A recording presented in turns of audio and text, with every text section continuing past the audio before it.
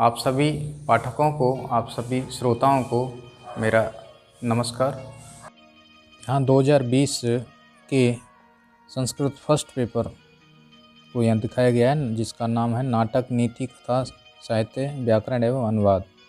इस पेपर में आपको किस तरह के प्रश्न आए उनको देखना है और उसी के अनुसार आपको अपने परीक्षा की तैयारी करनी है।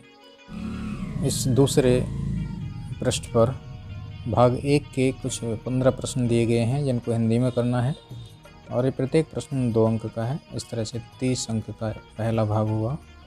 दूसरे भाग में आपको व्याख्या करनी है श्लोकों की, जिसमें 2 श्लोक दिए हुए हैं, उनमें से किसी एक को करना है और ये 4 नंबर की व्याख्या है। व्याख्या में आपको सबसे पहले तो प्रसंग लिखना है। प्रसंग लिख करके बताना है श्लोक में किसके बारे में कहा गया है और उसका हल आपको व्याख्या में लिखना है। इस तरह से पहला भाग में आपको 15 छोटे छोटे प्रश्न दिए गए, उनके उत्तर लिखने हैं।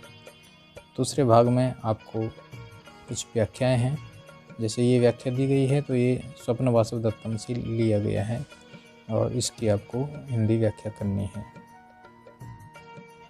अगले पृष्ठ पर 2 व्याख्याएं और हैं जिनके बीच में अथवा लगा हुआ है। प्रश्न नंबर 3 में वासवदत्ता का सोदाहरण चित्रण करना है, वासवदत्ता की विशेषताएं लिखनी है। इसी के अथवा में स्वप्न वासवदत्तम नाटक की नाट्यगत विशेषताओं को लिखना है। नाटक कैसा था, इसमें किस रस का प्रयोग किया गया, भाव का किया, नेता वस्तु रस के अनुसार।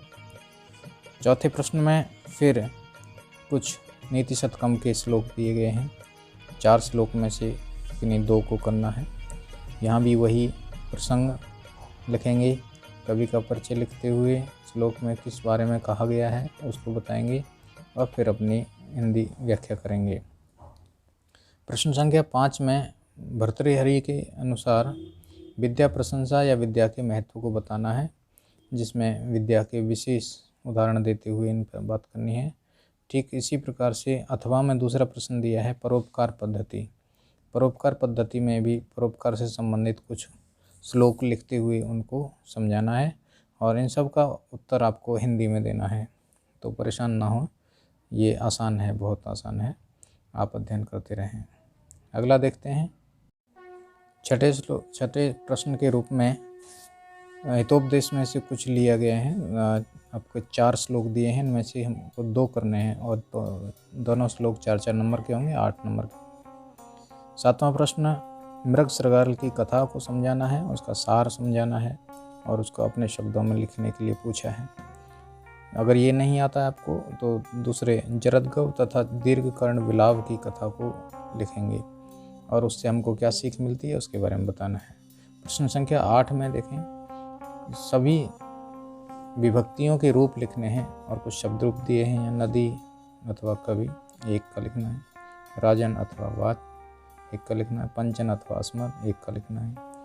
9वें में कुछ धातु रूपों को लिखवाया गया है और धातु रूपों में 3 रूपों को लिखना है और दिए हैं आपको 6। इसी तरह से प्रश्न संख्या 10 में 10 वाक्य दिए हैं हिंदी के। इन हिंदी के 10 वाक्यों को संस्कृत में बदलना है और 10 में से आपको केवल 5 पर ही काम करना है, यानी 5 को संस्कृत अनुवाद करना है। ये 5 2-2 नंबर के हैं और इस तरह से 2-2 से मिलाकर के 5 के 10 प्रश्न 10 नंबर का होता है 5। इस तरह से ये पेपर आपको हल करना है और इसी तरह से पेपर को देखते हुए अपनी आगे की तैयारी करनी है। मिलते हैं हम आगे किसी अन्य वीडियो में, तब तक के लिए अध्ययन करते रहिए, पढ़ते रहिए, आनंदित होते रहिए। धन्यवाद।